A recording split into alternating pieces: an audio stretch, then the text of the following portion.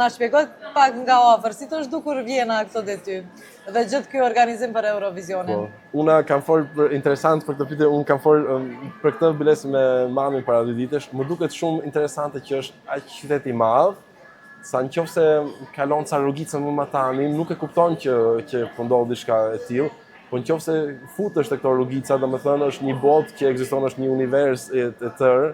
E shoh që domethënë ka shumë të forcat e policisë, ka shumë njerëz që gëzohen, ka shumë public viewing, do ketë.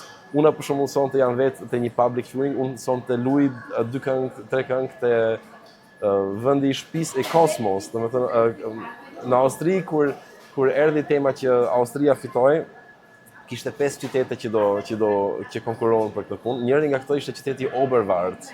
Edhe për këtë qeshin shumë, nga që ishte një qytet shumë i vogël. Edhe masë ne e fitoi Vjena natyrisht, po fituesi Cosmo është nga Oberwart. Edhe tash do shkoj unë sot në Oberwart, do los aty këngët e mia për publikun e shtëpisë e Cosmo, nga që Cosmo sonte lun te stadiumi, domethënë te shtathala e madhe. Po. Për mua unë shoh që është nuk ka shumë kaos, po ka shumë, domethënë e shoh, ndjet fuqia, ndjet që ka shumë gazetar në qytet, ka shumë media, këto ndjet shumë.